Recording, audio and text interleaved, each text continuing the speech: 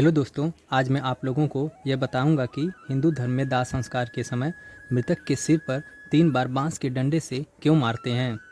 तो यह जानने के लिए वीडियो में अंत तक बने रहें।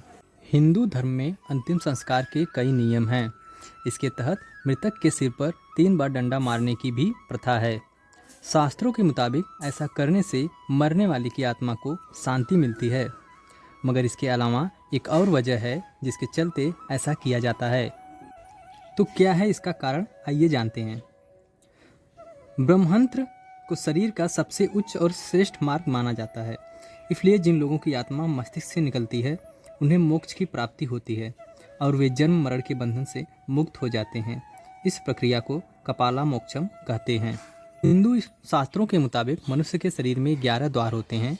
इन्हीं के जरिए जन्म के समय आत्मा शरीर में प्रवेश करती है और इन्हीं रास्तों के जरिए बाहर निकलती है।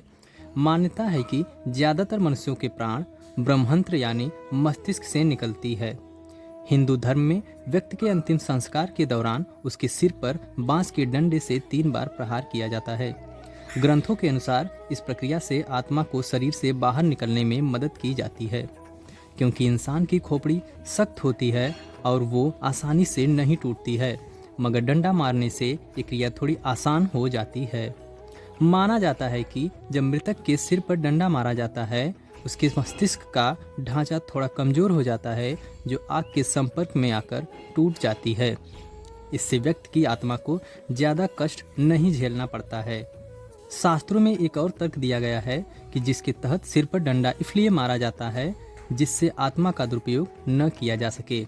दरअसल मरने के बाद शरीर से तो आत्मा निकल जाती है, लेकिन वो संसार से तब तक मुक्त नहीं होती जब तक उसका अंतिम संस्कार की प्रक्रिया पूरी न हो।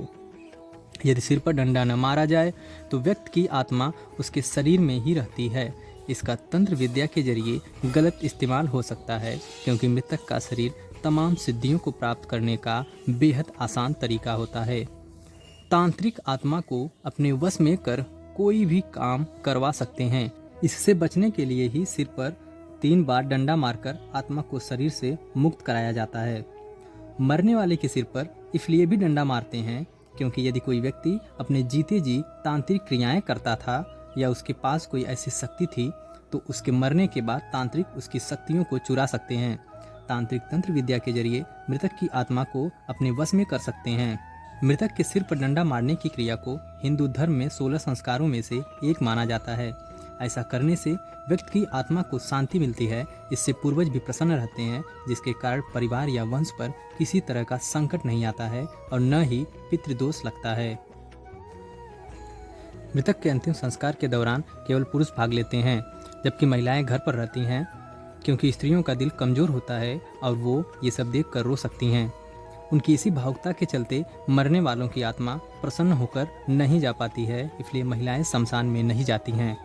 वीडियो में बने रहने के लिए धन्यवाद। ईश्वर आपका मंगल करे और चैनल को सब्सक्राइब करना न भूलें।